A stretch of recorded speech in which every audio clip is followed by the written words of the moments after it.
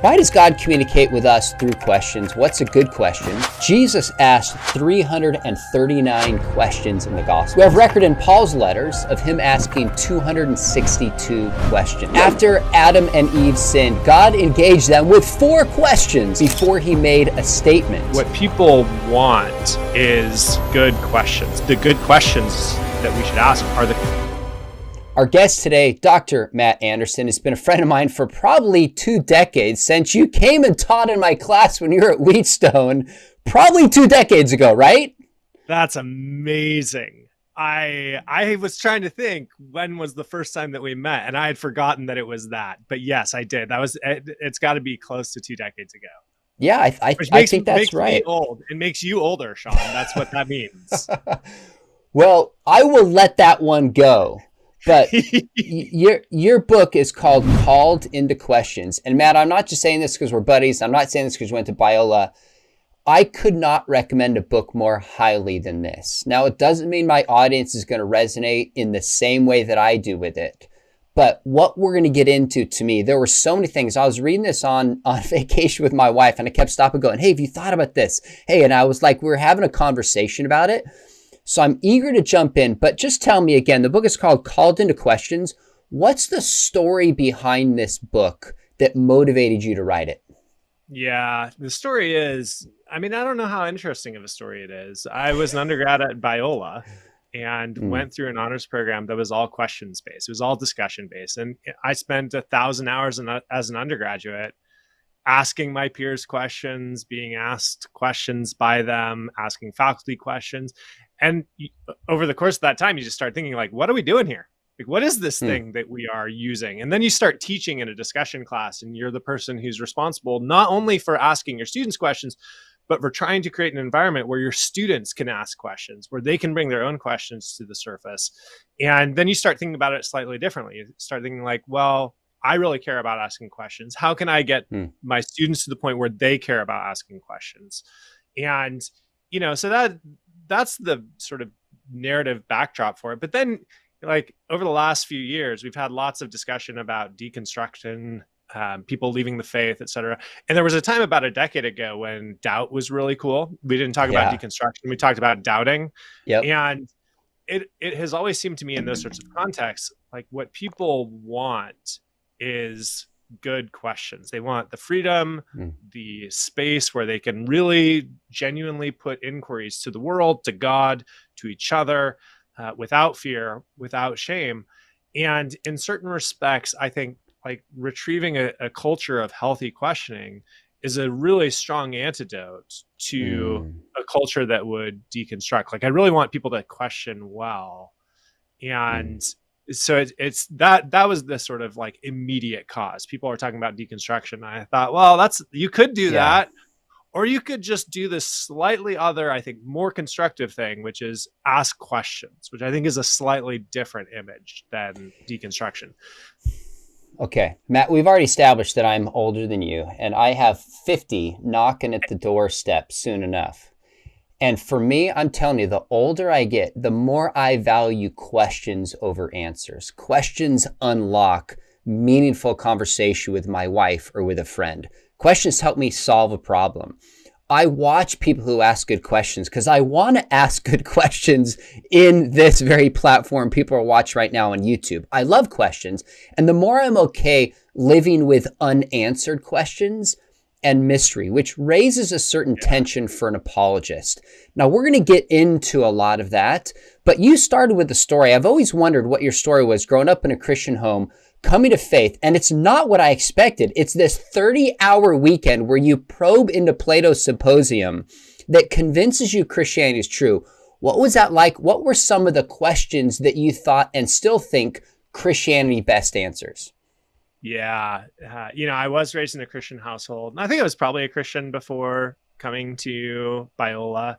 But I didn't have a deep settled conviction that it was true to such a degree that I would just live or die based on it. Like that where it was just going to form the whole of my life. And as an undergraduate, my junior year, we spent 30 hours reading Plato's Symposium. And the questions that we wrestle with that come up at there are, I think, just some of the hardest questions you can ask as human beings. You have bodies. What are bodies for? How do you integrate the body and the soul? How do you relate the one and the many? If you have, the value of one person, are there situations where we would sacrifice the one for the good of the many? Or should we not do that, right? So you have these deep philosophical problems that come to the surface in the Symposium through Plato's questions. And I think he doesn't really know what the answers are. I think he really is just grasping for a way to respect the body, for instance, a way to honor the distinctness of individual human life, but he doesn't know how to do this. And from my standpoint, at the end of that discussion, asking those questions, it seemed palpably evident to me that Christianity answered those questions and answered those questions in a very distinct way. Answered those questions in a way that opened up other questions. Like it's a funny thing, Christianity, because while we talk about it answering our questions, and you're an apologist, like you are an apologist and the son of an apologist, right? Like this runs in the family line for you, but like what's really peculiar about Christianity is it's so satisfying, but within that sense of satisfaction, it generates so many new questions. And we can see that through the course of church history. Like you get the doctrine of the Trinity. That's great. We solved that. But how does that work? That means that Jesus is fully God and fully man. How does that work? Like there's all these how questions that Christians ask where they're trying to work out what are the mechanics of this thing that we believe? How does this all work? And that's really exciting and liberating. It's a ton of fun. And so the sense of satisfaction that I felt as an undergraduate in that moment was a very strange sense of satisfaction, because the satisfaction that was aligned with a desire to continue to ask a different set of questions. What I like about this is there's a confidence that Christianity is true and God is okay with our questions, and questions actually draw us closer to Christ rather than away, if we can ask the right questions with the right spirit in the right way. And that's some of what we're going to get into. But I'm curious, why do you think God communicates with us through questions? Because when I look at Jesus, he tells stories and he asks questions. Why? Okay, so full disclosure, Sean sent this question beforehand. So I've been thinking about this question. And Sean, you talk about wanting to ask good questions. I think this is a really good question. And I say that because it puts something to me in a way that I haven't quite thought about directly. Like I haven't thought about questions in just this terms, like why God wants to ask us questions. And I think there's so many different things that we could say. If we think about what questions do to us, right? They draw us out. They raise our interest, right? Like there's some sort of unknown that a question confronts us with, where we have to find an answer. We have to give some sort of response to it. So there's a sense of equality in asking a question. You've expressed an interest in what I have to say about it. And that's dignifying to me that you would ask me a question, because it invites me to answer, invites me to say something. But there's also this sense in which I have to come up with an answer. And that means I have to think about what I know, what I don't know. And it changes how I relate the world, to think about the world in terms of a question. And I think God wants us to answer his questions for both those reasons, because he dignifies us. He wants us to converse with him. He wants us to talk with him. He wants, in a sense, to be equals, right? Which is a terrifying thing to say, but he really wants to converse with us. And he also wants us to recognize the limits of our knowledge. And in asking questions, it disturbs what we know and it forces us to confront the unknown, I think, in a way that's really, really challenging for us. Here's another question we probably can't probe I was into, going but to I ask, think I think about, you've got thoughts on this, Sean. I'd love to hear what you have to oh say. gosh.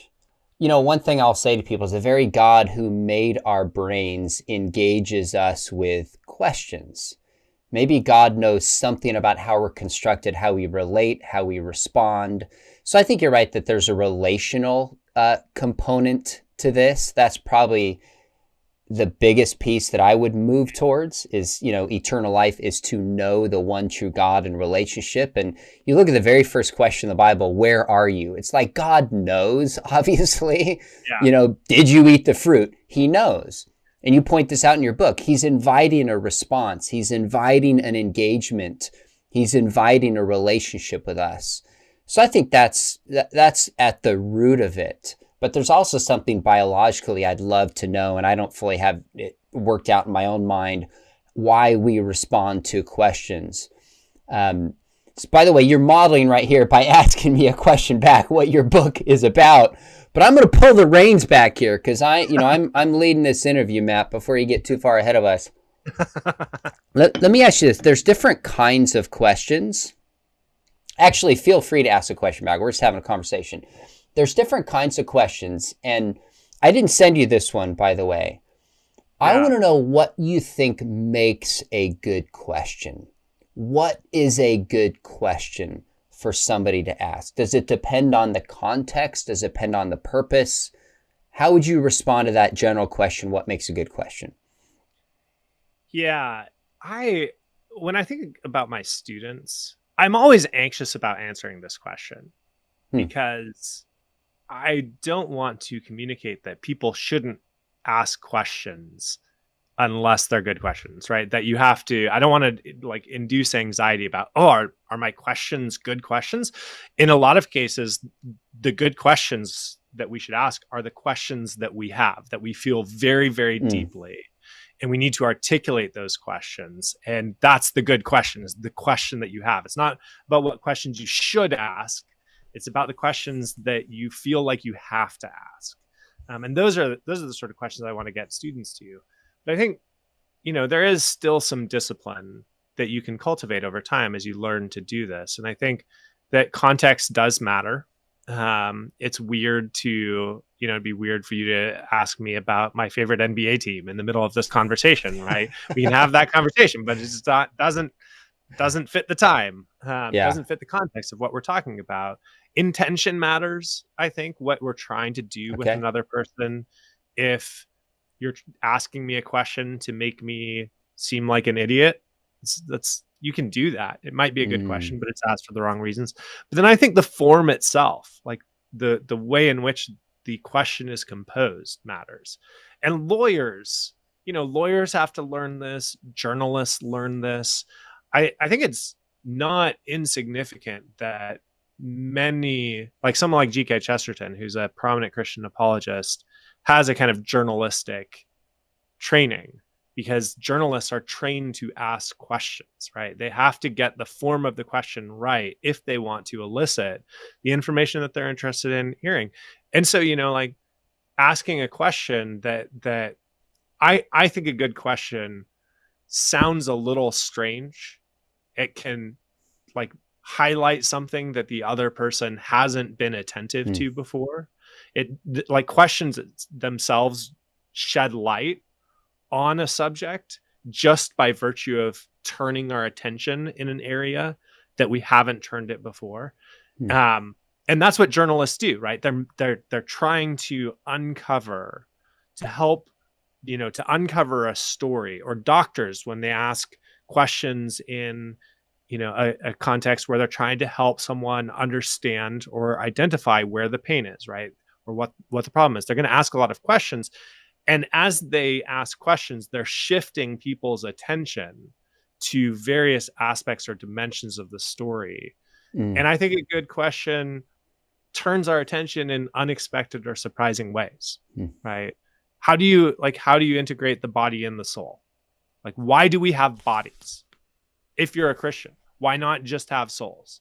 I think that's it's weird that we have bodies. And if you just ask, why do we have bodies? And you spend a lot of time thinking about that, right? Like for a lot of human history, there were movements that thought the body was just really bad, that we shouldn't have bodies, right? Gnostics were real. And you think like, why were people Gnostics?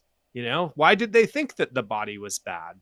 And if you think like, why do we have bodies? What's good? What's valuable about them? I don't know. It feels weird to me to ask a question at that sort of level. It draws our attention to this aspect of human life that's pervasive. And I think a good question does that. That's a long, rambly answer. No, I that's should fine. Stick to the questions. This is why, No, that's fine. I think you're modeling for people thinking out loud, reflecting, giving response, inviting questions. I do appreciate how you began that by saying, I don't want to discourage my students from asking questions. You've always heard people say there's no such thing as a stupid question. Well, the reality is we need people to ask questions, but there are stupid questions. Yeah. I mean, I had JP Moreland on a few weeks ago and somebody asked a question. We were doing live Q&A on the soul. And he said, let me help this person ask a better question because they're confused. And there was a part of me that's like, wow, that's pretty bold. But on the other hand, I was like, he's right. This person doesn't even know what they're asking, and he can help them ask a better answer and then give a better response. Yeah. And there was a jarring tension that was there. Why do you think we don't cultivate better question asking within the church and within our society? Why don't we invite this? I think some of it's we just don't have the training to do it. We're not attentive to how questions work and how to ask good questions. I think it takes time to be with people who are asking questions and to draw out what their real questions are and then to sit with them with their questions. I think it can take a lot of time. And by and large, we don't give time to the intellectual life within the church. I do think one of the things that I did badly in this book was communicate the extent to which I think that an intellectual life can be had by anyone, regardless of who they are, regardless of their context. I think there's one book by a Catholic called The Intellectual Life, where he says something like an intellectual life can be had in 2 to 3 hours a day. And I think that's right, but you have to approach your intellectual life as a kind of discipline and devote that time to it and devote time to reflecting on what it is you want, what it is you're thinking, such that you start to feel questions at a deep level. And then you practice articulating those questions with others and putting questions to others to help them articulate their questions. I think that it all just takes time. And it's not clear to me that we have communities that value the intellectual life to such a degree that they're willing to take time for questions or give time to questions, except in the sort of like guru context, Sean, right? Where we sort of put the person up on the stage and they ask the guru the question, the guru gives lots of answers, right? Like the question and answer format, that happens, but we don't devote a lot of time to helping people articulate their own questions. I think you're right. I don't think we look at question asking as a skill in itself, let alone a skill that's worth developing. I don't ever remember in the church somebody just really helping me ask the right questions, formulate the right questions. It was more about answers and simplistic answers, which we're going to get to in cliches, rather than asking good questions.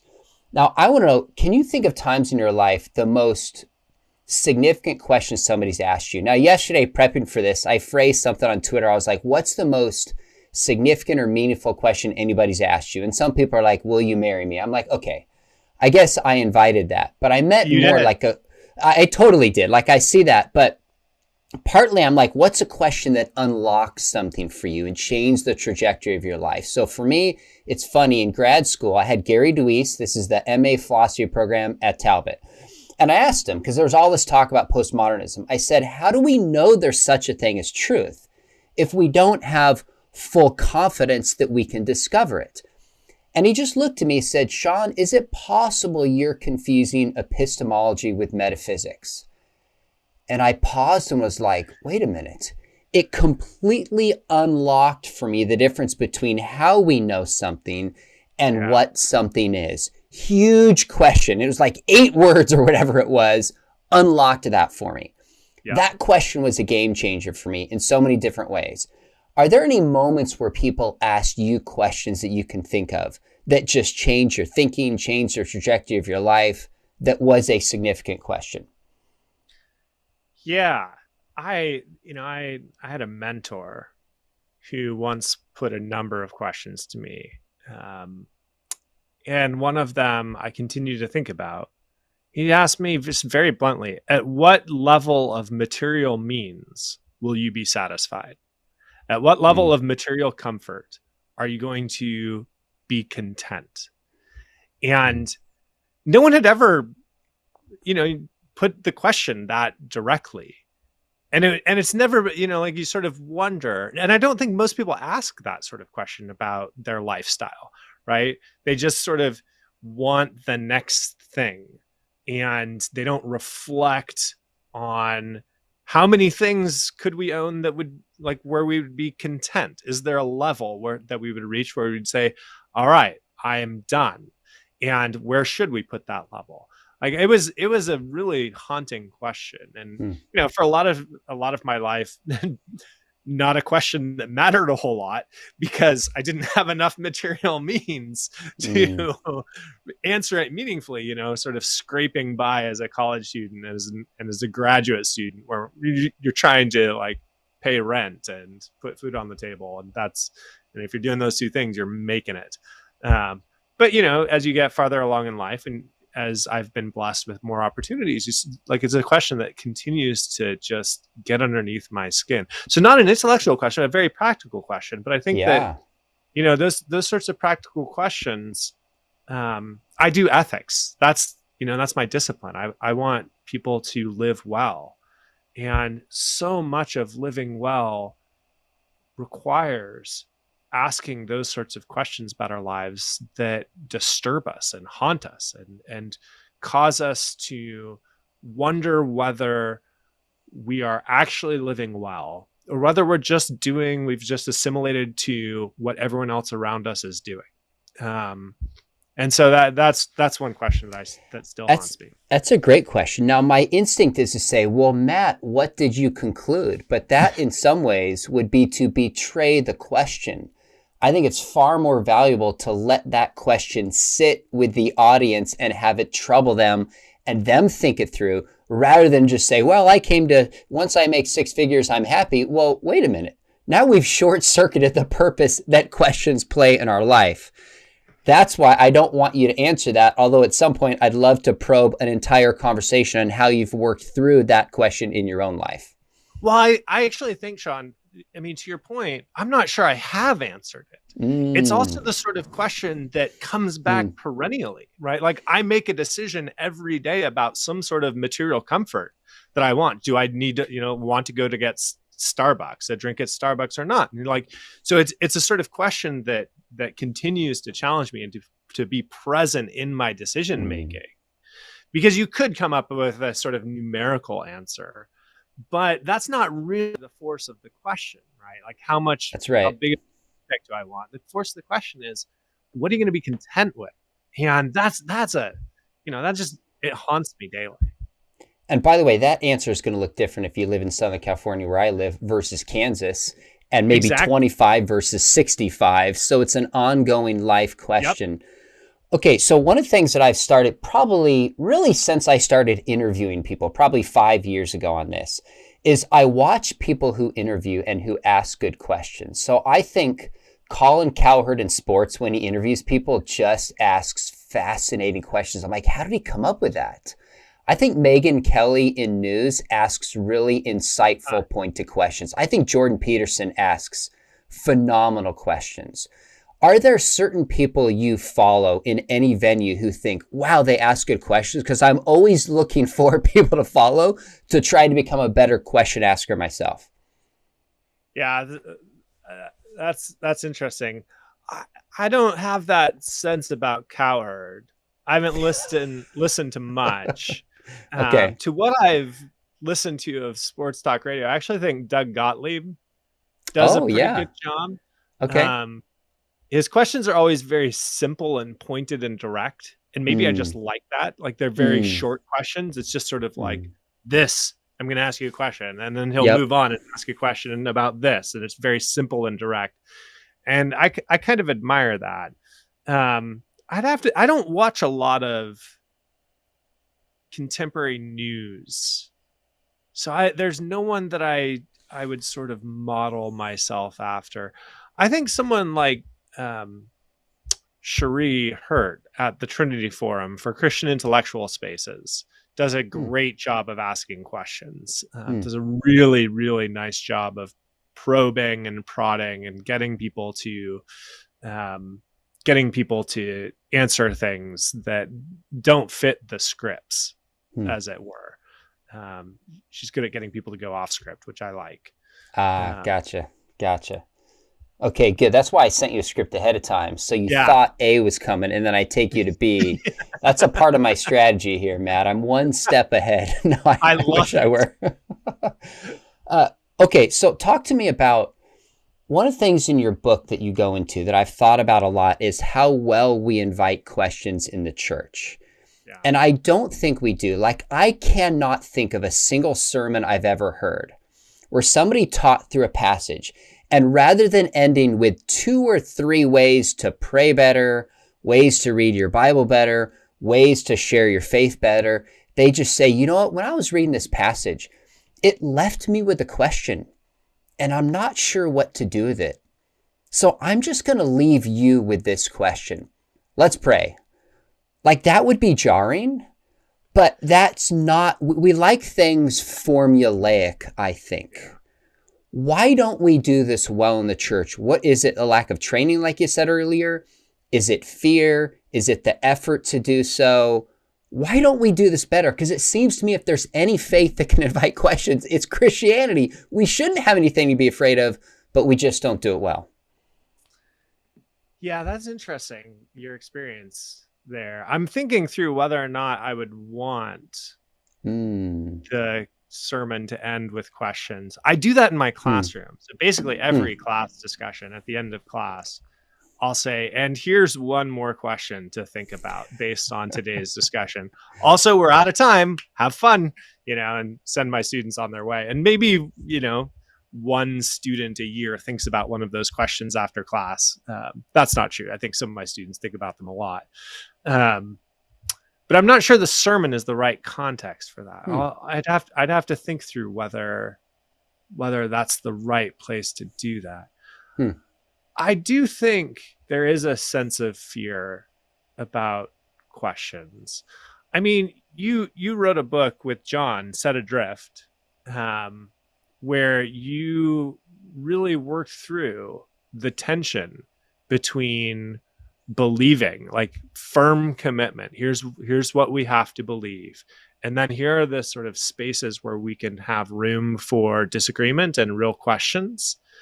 And I think that there's a sense in which the space for disagreement or real questions has narrowed as Hmm. anxiety about sort of Christians' position in the world has gone up. Hmm. So if you think about like the sort of fundamentalist movement of the early 20th century, the 1900s, which I'm actually kind of a fan of in some ways, right? Like we're Biola Hmm. guys. Biola was home for the fundamentals. Most That's people right. don't read the fundamentals. They've never read the fundamentals, and they don't realize that the fundamentals are full of really interesting, really thoughtful engagements with the world and with intellectual life. Like they're really smart, actually. But there is within that movement a sense in which like the Christian's position in society is somewhat in jeopardy, right? That there are these pressures and these challenges to the church. And the more people feel that anxiety, the more a church feels that anxiety, the harder it's going to be to have room for real questions, because those questions, as people ask them, people aren't going to be able to tell, is this a real sincere question where they're trying to understand, or is this like Hmm. the secular society getting to this person, and this is going to be the start of an off ramp out of Christianity. So Mm. I do think that Christians aren't good necessarily at asking questions, in part because our communities are very full of fear about our standing in the world. And we're yeah, I don't know. Does that seem right? You must have You thoughts know, here. it's interesting. I was actually talking with my dad this week about this because he managed within his generation to cross so many boundaries across denomination with Catholics, with Protestants, with different, he just didn't die on any issues that Yeah. now he said it's almost impossible to have that kind of statesman position because there's so many nuanced positions you have to speak up on. And you have to side with this person. And if you don't side with this person, then you're put in this camp and you're not invited here. And I'm kind of a big tent person who's like, the gospel, the essentials, let's go. And some of that I think is brought on by social media. Yeah. Everybody has a voice now. If you don't speak up on certain issues, you're actually pegged sexist or racist or whatever it is just for not speaking up. So I think it's really fragmented things within the church. Hmm. So it does make it harder. But I don't know. I think if we went back 50 years and, I asked my dad or someone's been around, were we better at asking questions then and allowing room for doubt? I don't know that I'd be convinced that we'd say, yes, before the internet came and the modern anxiety of deconstruction, we were just great with asking questions and doubting. Mm-hmm. I don't know that we did. I think you're right that there is increased anxiety about it because there's so many stories that are being told and there's so many tools kind of at our fingertips. But I don't think we were any better at inviting questions and doubt then than we are now. Agree or disagree? Yeah, I don't know. You're probably right. And I do think that forming communities where questions are welcome, it has to begin at the top, right? Hmm. So whether or not the pastor asks a question, whether the sermon is the right context or not, um, pastors need to invite questions from their community as modes of accountability for their own preaching, for their own teaching, but also need to model the intellectual questioning life. And I don't think we have good ways of doing that besides, Mm. in part because we don't see our pastors on a day-to-day basis to the extent that a small church 50 years ago might have, Mm. right? We just don't have as much access to a lot of our pastors. So we don't see them in their study thinking, Yeah. surrounded by books, reading and thinking about things and asking questions. And so I think like partially we need better models of people who are questioning within our churches. Um, and I don't know how we do that in a way that's genuine and real and that's not performative, right? Where it's Mm. just another sort of social media, like I'm playing the questioning game. Because I do actually think that what happens on social media with respect to inquiry and questioning changes the whole our relationship to our questions. Once we go public, once we in those sorts of venues and we're asking questions before lots of other people, I do think it changes how we relate to our questions in ways that are not always healthy. Um, and so I don't know how we do this. I don't know if it's better or worse. Mm. I do know, like I tell a story in the book about a youth pastor who I'd asked a question of and who took that question amiss. Like he thought it was basically a challenge to his authority. And that level of anxiety about authority, I think that is a pretty pervasive Mm. human experience that makes questions inherently threatening, right? In a community where you have authorities that are set up who are meant to be the guardians, the bastions, the people who are entrusted with maintaining the norms of how the community thinks about the world. If that's your context, questions are really difficult. They're like, it's really hard. It will cost a lot to ask them, Mm. and um, that is in certain respects the church. There are people who are tasked with maintaining boundaries around how the community thinks, and so it could be an intractable problem for Christians. Well, before I got a PhD, Doug Givett said to me, he said, just so you know, if you get a PhD in apologetics, everyone's going to expect you to have the answers. Yeah. You will become the guy. And so there's a certain tension with asking further questions, admitting mystery, things I'm in process with, when some people will literally place their confidence in me being able to give an answer or a book or in person, which can be a really, really interesting tension that's there. So let me jump on something you said. Do you think there's any questions that are off limits, or do we take questioning too far? And I ask this because one of the things I like doing with students is I do this atheist role play. I put on glasses, do my best to role play an atheist, and a lot of it is just asking questions back. Why does your God allow evil? How can he command genocide in the Old Testament? Why is God so silent?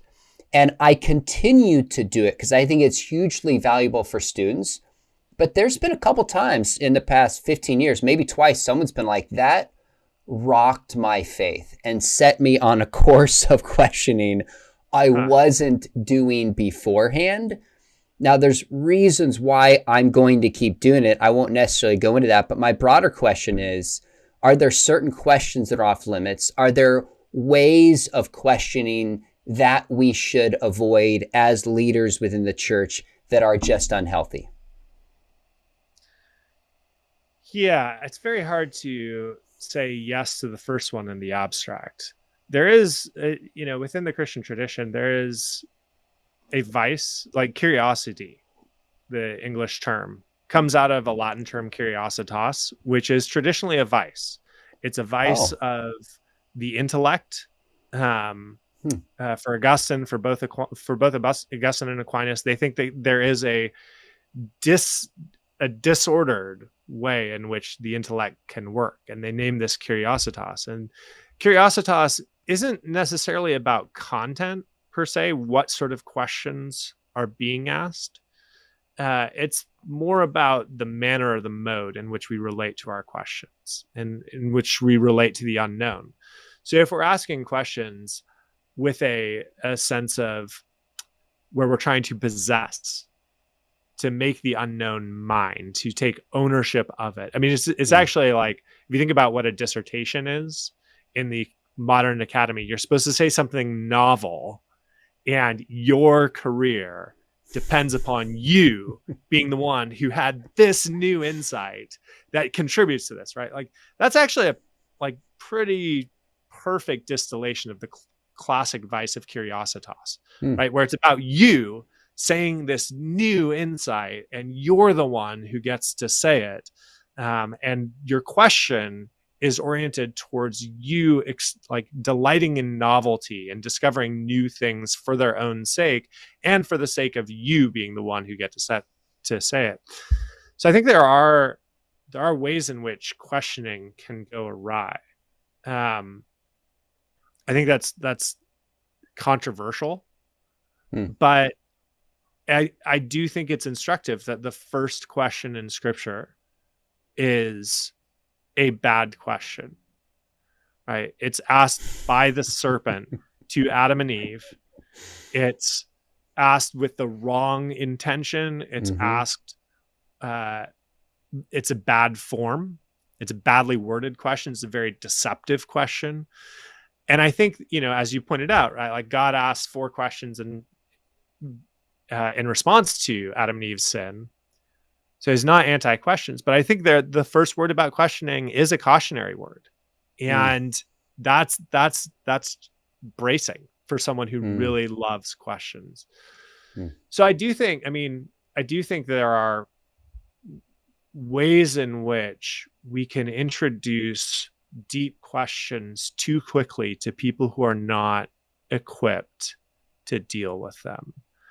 I mean, there's the old story of Oedipus, right, who discovers that his mother has had this illicit relationship, right, and it just wrecks him. And Oedipus learns the truth, and the truth destroys Oedipus because he's not prepared for it. And there's a sense in which, if people don't have a deep really rich foundation of what Christianity is and what it teaches in its fullness, you could reach a point where you ask a question, you're just not prepared for that question, and it does break you, right? Mm, Because you haven't spent time in the Psalms. If it's a problem of evil, right? mm, You haven't spent time in the Psalms praying with the psalmists who are lamenting these evils, who are in one sense putting the problem of evil to God, right? Like if you haven't made that a regular part of your Christian life and someone comes at you and hits you really hard with the problem of evil, it might really disturb your understanding of Christianity. Whereas if someone has immersed themselves in the Psalms and has that as a part of their Christian formation, questions are going to hit mm. very differently, right? And so what question is appropriate to ask of someone, a lot of it does depend upon what sort of formation they've experienced, what's the grounding that they have, and are they going to be prepared to deal with this sort of question well. That's a That's a non really, it's a it, non direct it, answer to your well, question, but this is hard. I've never thought about how the first question in the Bible asked to Adam and Eve is a bad one and hence a cautionary tale. That's a novel thought to me because you see, interestingly, both Jesus and Satan compared as a lion. Like Satan's a lion who prowls to attack, but Jesus is the lion of the tribe of Judah. They Yeah. both ask questions. So it's almost like questions have deep power and deep significance, but be careful who and when and what you ask. There's a Yeah. huge responsibility that comes with this. I'm not sure that's something to think about even further now that you mention it. Now you have this section. This is one of the things I shared with my wife because I hadn't quite put it in these words, but it was something that always bothered me is Christian cliches. Things like let go and let God, love the sin, hate. Oh, I'm actually, I wrote cringing that as you're wrong. saying this, Sean. I I can't wrote, deal. I wrote, love the sin, hate the sinner. I meant love the sinner, hate the sin. Botched that one. Or a phrase like God will work it out. And especially because I've done a lot in areas of sexuality. And sometimes people say, well, just love the sin or hate the sin. And that's always struck me as a cop-out from stepping into the messiness of what that looks like. And in reality, I get so many questions from parents that I'm like, I don't really know what to tell you how to navigate that. I know it's true. I know you want to love, but I don't know. There's a messiness here. And these cliches, it's almost like it's a stamp on this as well. Just let go, let God, that gets us off the hook of the difficulty of engaging people. Now, talk a little bit about how you see those. Agree? Would you expand on that? Because I love that section in your book. Yeah, thanks. That's very kind. I mean, I do really hate cliches. And you have to think like what is a cliche? Like what makes the cliche the cliche? And the reality is it's a cliche because there's some truth to it. Right? Maybe a lot of truth to it. Maybe a great deal of truth to it. Mm, But it's a truth that's uttered in such a way that it puts an end to thought and to conversation. Right? Like the cliche becomes the cliche because it's the conclusion of a long trail of reasoning. It sums up. It's the tip of the iceberg, right? But if you don't have the iceberg beneath the cliche, then the cliche just sounds hollow and mm, empty and unreal. The love the sinner, hate the sin thing. C.S. Lewis basically says this. I think it's in the Four Loves, right? Like he's mm, got this line almost identically. mm, Augustine, at many points, will say this line almost to a T, right? Like it's there. So this, it's not new. We aren't the first generation to take that sort of phrase and use it to try to account for these difficult problems. But in both Lewis and Augustine's case, it's embedded in a exactly. lot of different sort of teachings. It's not a sort of fragment of a thought or a fragment that's just said to solve the problem. It's embedded in a big context that recognizes all the different nuances and Mm, difficulties of these sorts of issues. And as such, the line doesn't feel like a cliche when you read it in that context. And so I think there's a kind of decontextualization of Christian teaching, right? Again, it comes back to what sort of formation do Christians have? Do they have the deep formation such that when we say those sorts of things, they're coming out of a deep well of insight and wisdom and discernment and the application of Christian truth? Or do we have very thin formation? And so we're looking for bumper stickers, right? Instagram posts that are going to help us sort of navigate this situation in a way that just makes everyone feel better and okay, because that's really what we're going for. It's a kind of like therapeutic sort of approach. I think that's great. In many ways, Jesus had, bumper sticker responses: love God and love others. Well, that was profoundly embedded in his worldview, in his practice, in his relationships. So there's nothing wrong with simplistic statements that capture things. But I don't get the impression most people use them in that way. Usually it's a way of going, well, here's just a simple answer, just trust God. It's like, well, I'm trying to, and I don't know what it looks like. Some of the biggest questions I get asked from people today are like, how do I navigate grace and truth? And part of my response has increasingly become, if you're not living within that tension today, you're probably erring too far on one side versus the other. Expect to live in that tension, because we're being pulled all over the place, not only in the church, but in the culture. I want to jump to something else. This intrigued me as an apologist, because you talked about how questioning is the best preparation for death. So how is questioning well and living with a level of mystery a good way, if not the best way, to prepare somebody to face maybe evil and suffering and death well? Yeah.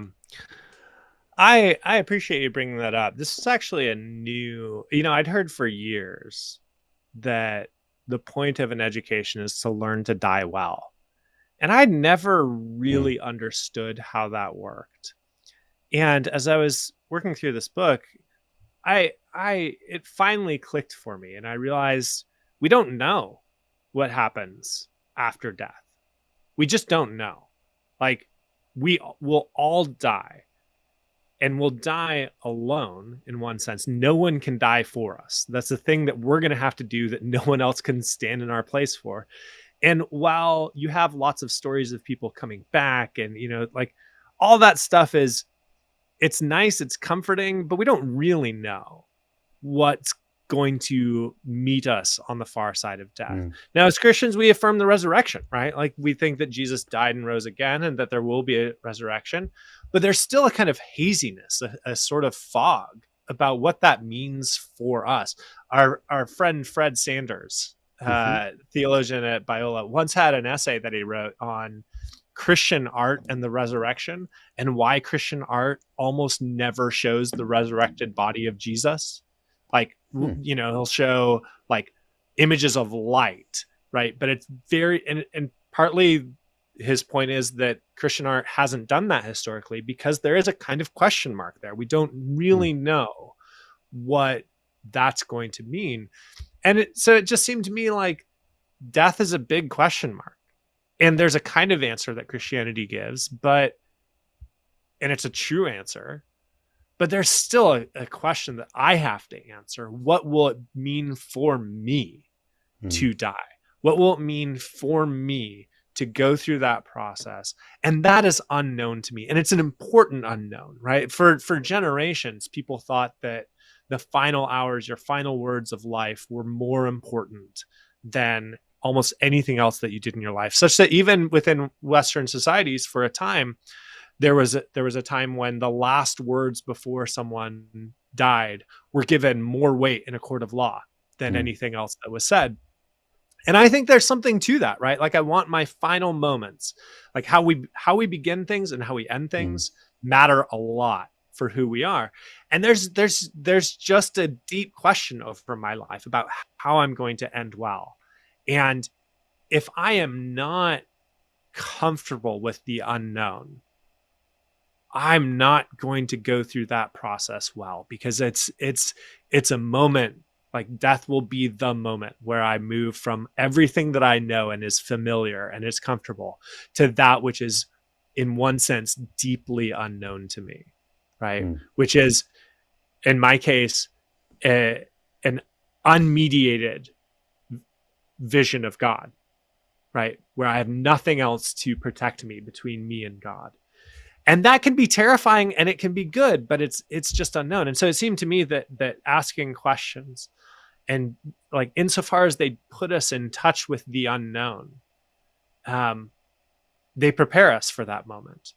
Because if we're comfortable, if we're confident in the face of things that we don't know right now, if we're secure in ourselves, if we really know who we are, such that this unknown isn't going to threaten or disturb us, then when we reach our death and we face that unknown, we'll know a little bit of what that's like. And we'll know, even though I don't really know what's about to happen to me, I'm okay. Because I've been in this sort of situation a lot in my life. And I think, whether people are Christians or not, like I think I want them to ask questions at that sort of level where they really put themselves in touch with the unknown, because they are going to have to die and they are going to have to go through that process, and how they do that matters. As a philosopher, although there might be different terms for this, when we use the word know, there's like intellectual knowing, facts. Yeah. There's an experiential knowing, like knowing how to ride a bike, and then there's a relational knowing. When it comes to dying, we can have intellectual knowledge. We know there's a resurrection. We know there's a heaven, there's a hell. But that experiential thing, you cannot know what it's like to experience it until you've been there, and of course, until you come back. But the more in this life we experience certain kinds of unknowns and live in it, helps us to best prepare to experience what it's like to die in a way that's less jarring, so to speak. So that was helpful. Now you take it a step further and you say, lament itself is a pathway to a confident faith. I want you to flesh this out, because this statement I thought was fascinating. You made this comparison and you said, the absence of lament will contribute more to doubt among church members than any French philosopher. In other words, let me take a step back and frame this for my audience. What you're saying is what contributes more to doubt is not poor apologetics. It's not some TikToker with some, who's deconstructing their faith, or somebody of another faith. It's the lack of practicing lament in one's life is more significant. Now, of course, you're not saying apologetics is not valuable. I appreciate that balance in your book. But why is lament a pathway to have a confident faith, which is the very thing that motivates people to get into apologetics in the first place, is to try to have a confident faith?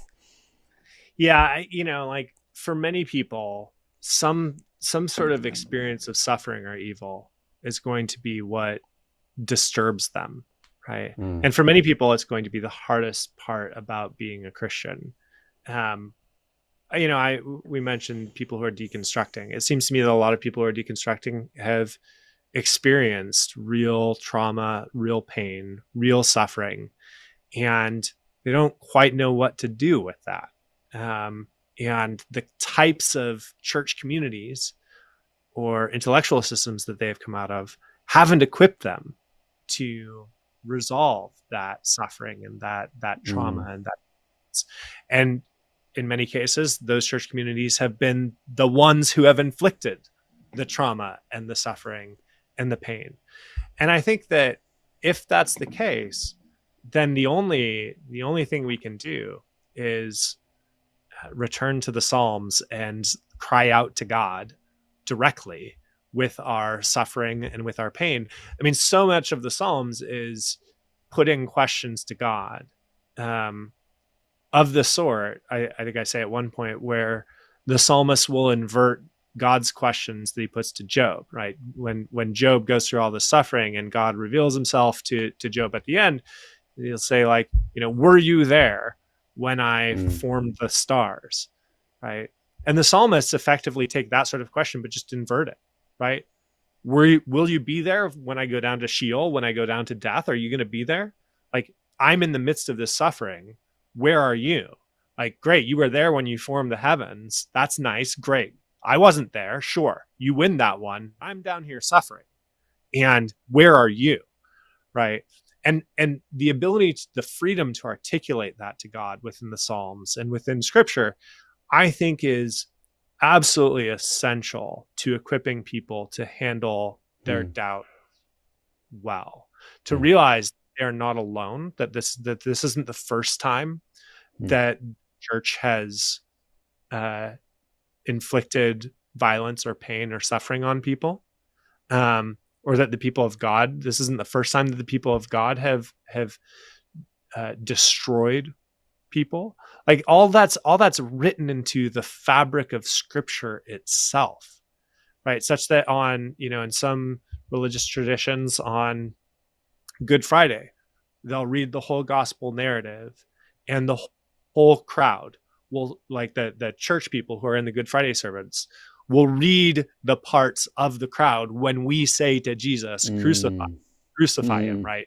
Because we are the ones mm, who, by virtue of our guilt, are the ones who participate in the crucifixion of the Christ, right? Like that's what sin means, is effectively to re-crucify Christ in one sense.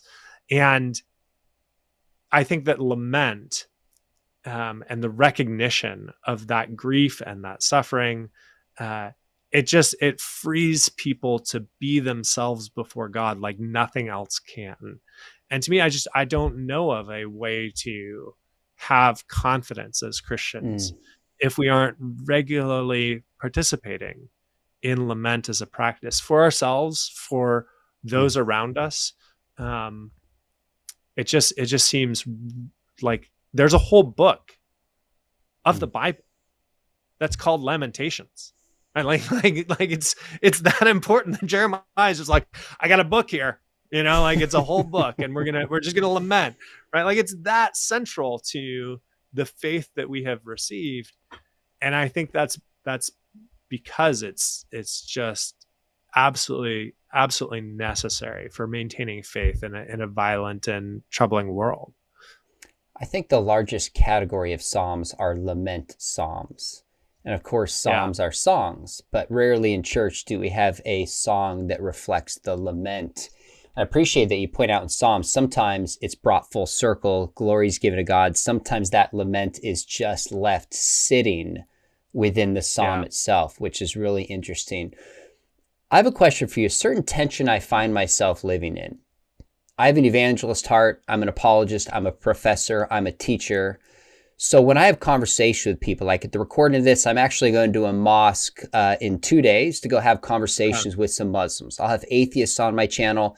And there's a part of me that expects them to be open to truth and the possibility of Christianity, which would imply, out of fairness, and you say in your book, I need to be open to be persuaded if I were wrong. And Yeah. that's on page 146 in your book. And then like 4 pages later, it's like standing up with a prophetic voice to culture and speaking truth, not compromising on the essentials.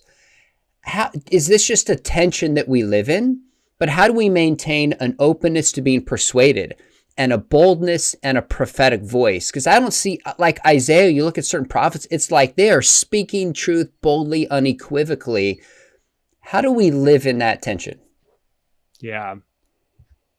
I'd be interested in hearing how you live in this tension, because I think, and I love the fact that you're like, page 147 and 4 pages later you said the opposite thing. So nice job on the consistency, Anderson. um I you know I think one way to think about this is, for Christians, uh some of this is mediated by roles. Mm-hmm. So pastors Mm-hmm. have a certain type of responsibility to proclaim the word of God in a distinct sort of way.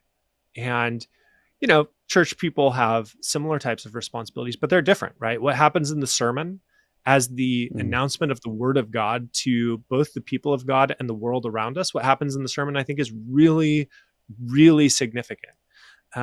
The sermon seems like it's the time to boldly, unapologetically proclaim the full counsel of God and speak prophetically against the powers of this world that would blind people's minds and hearts to seeing and hearing the truth of the power of God. Um, what happens on Twitter is not what happens in a sermon. Those are very different contexts. And insofar as context governs or affects the nature of Christian speech, I think that Christian speech has to take a different form, right? Like what happens on Twitter is a kind of gamified communication. It's like a game, right? Where Mm, while there's a sort of, I can proclaim boldly the truth, there's an incentive structure there for doing so that's affected by things like retweets and the algorithms. And that incentive structure is very hard to resist. It takes a heroic amount mm, of discipline to proclaim the truth in that sort of context without being capitulated by or being taken over by the algorithms, and allowing the algorithms to drive the nature and form of your Christian speech. mm, And so I think the incentive structures for speech, we have to be really attentive to them as we proclaim the truth. What am I like? In what way am I benefiting from this? And what way am I being harmed by this?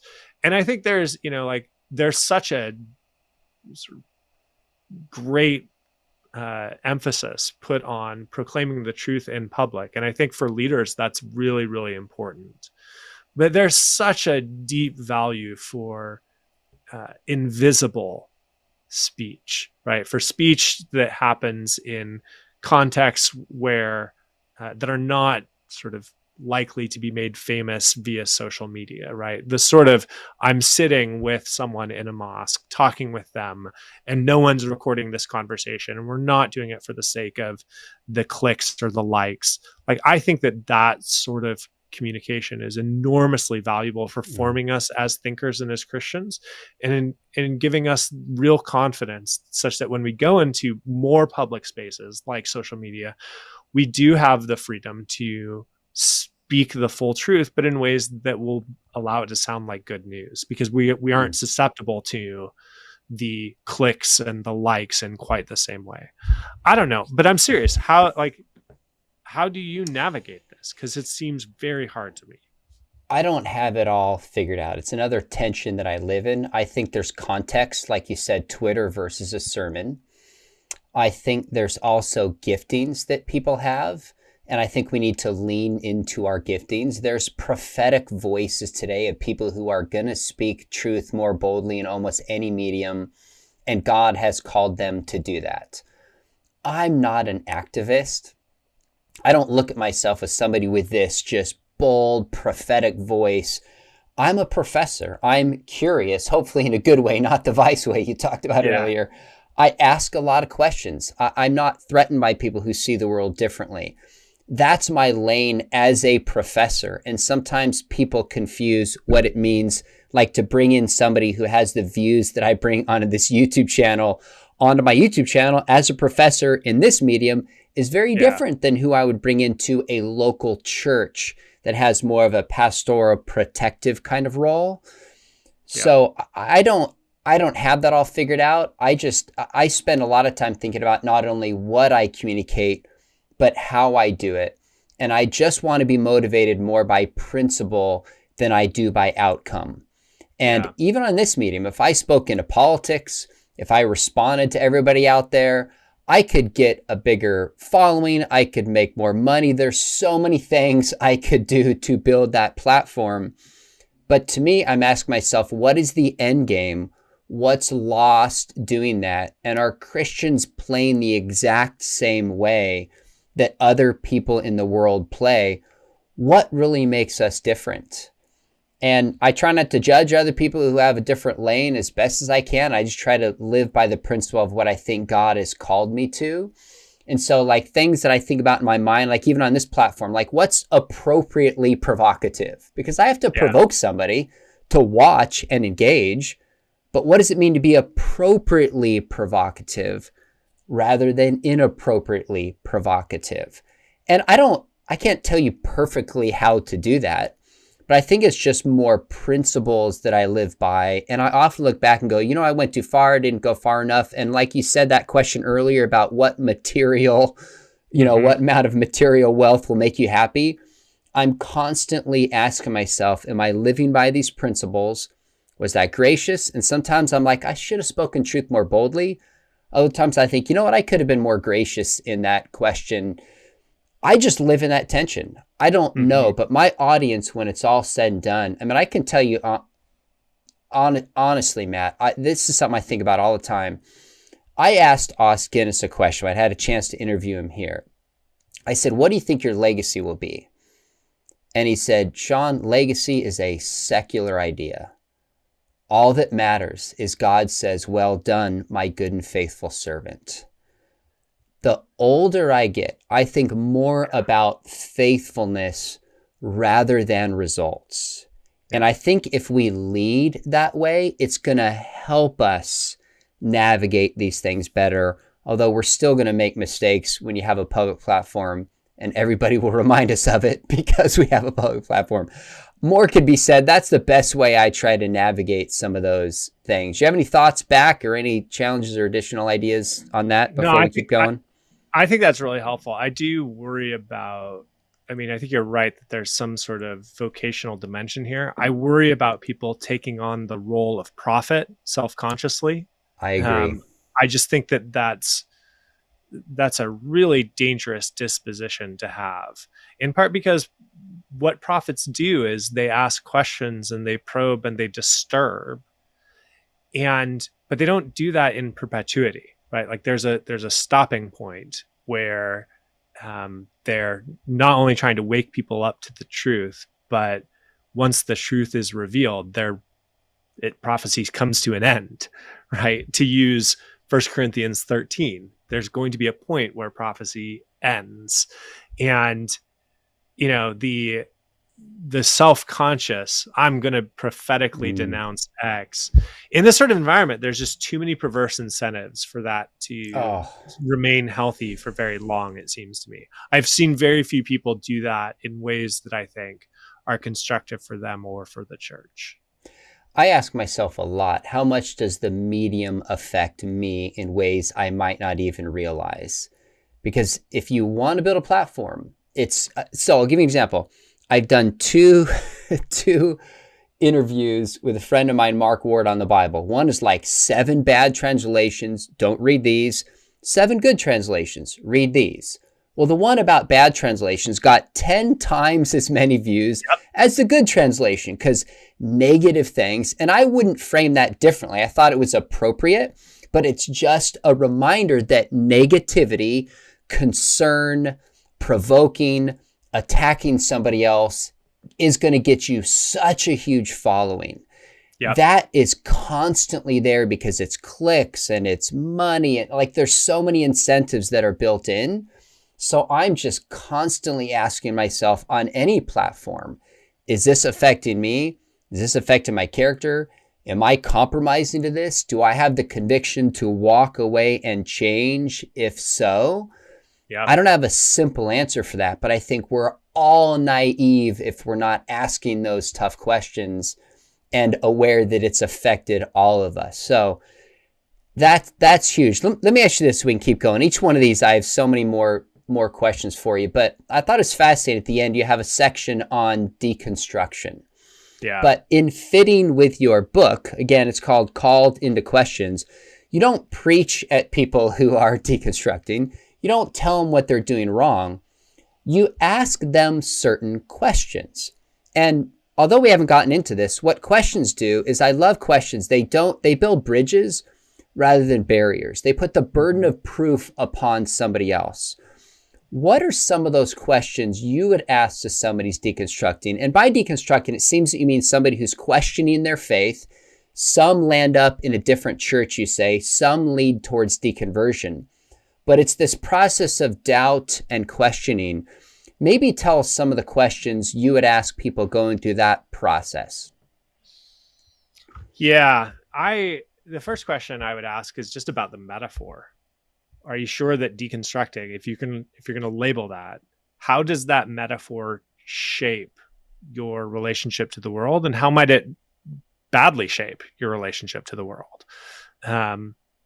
It's interesting to me that we have labeled this process, and what changes about the intellectual life where we approach it as a process in this sort of way, right? Like deconstruction is as you point out in your book, Set Adrift, right? Like it's a metaphor, it's an image that has a sort of construction type image, right? Like we think of houses that are being deconstructed, they're being torn down.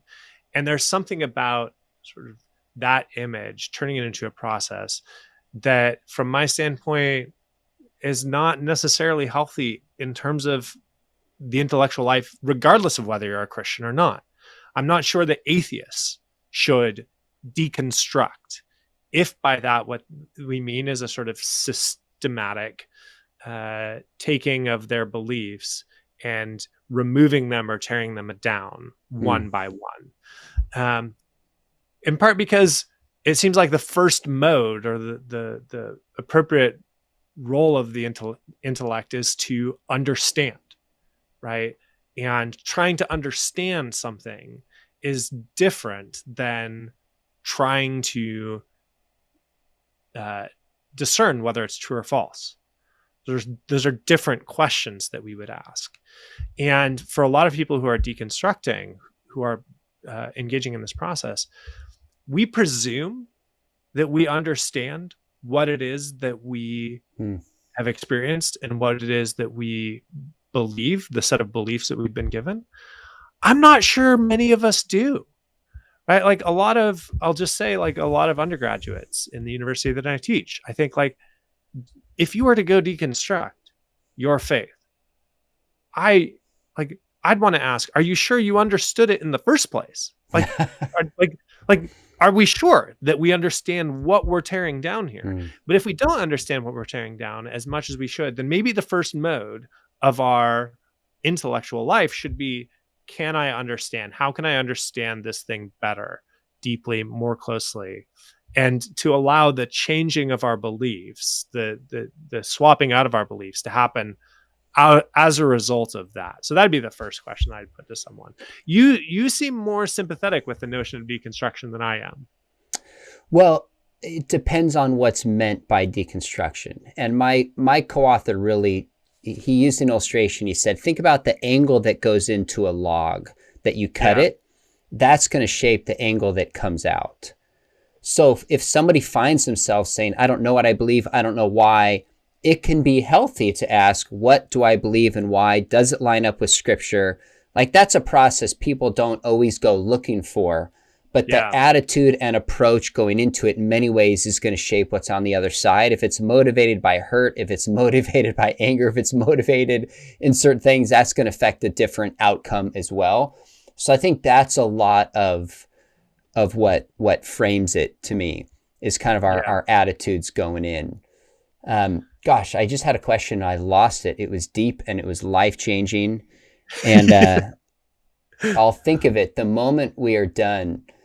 I'll just say, I think that's a good, that seems right to me. I mean, I would also say that deconstruction, one of the reasons why people like the label is because it creates a community, right? There's a group of people who are deconstructing, and it allows people to have a sense of familiarity and kinship where there's a sort of recognition. You're the people who are going through this process. We're all going through this process together. And that sort of community and kinship is really, like, it's really wonderful, right? We all want that sort of recognition and that acknowledgement of our experiences and that fellowship of people who are going through similar sorts of things. I think the question I would ask is, again, to what extent does that community or that sort of sense of recognition, is that distorting your own intellectual process and your own relationship to your own community? Are there ways in which how other people's experiences have been different than your experience, right? The fact that most deconstruction happens in digital communities, I really want to ask, is there something about the digital context that is distorting? That's a great question. How you're understanding your history, your experiences, and so on. Like I said earlier, I think there's something that changes when we air our questions in public. And I think that there's definitely something that changes with respect to our relationship to our questions and our experiences when we publish them on the internet, right? They become permanent and fixed for us and for our identity in a way in which, if we're just talking with friends offline and talking with loved ones offline, they're not fixed or permanent in Yeah. quite right. And Mm. so I think digital community of deconstruction solidifies and hardens things in ways that wouldn't necessarily happen otherwise. And I really want people who are tempted to embrace deconstruction as a label and to enter into that community to think about that, right? Like I think, and maybe I'm Yeah. wrong, maybe it No, doesn't. I think you're right to think about the medium in which it takes place. But what you said before, asking somebody who is deconstructing, do you really understand the faith that you are questioning and possibly deconverting from?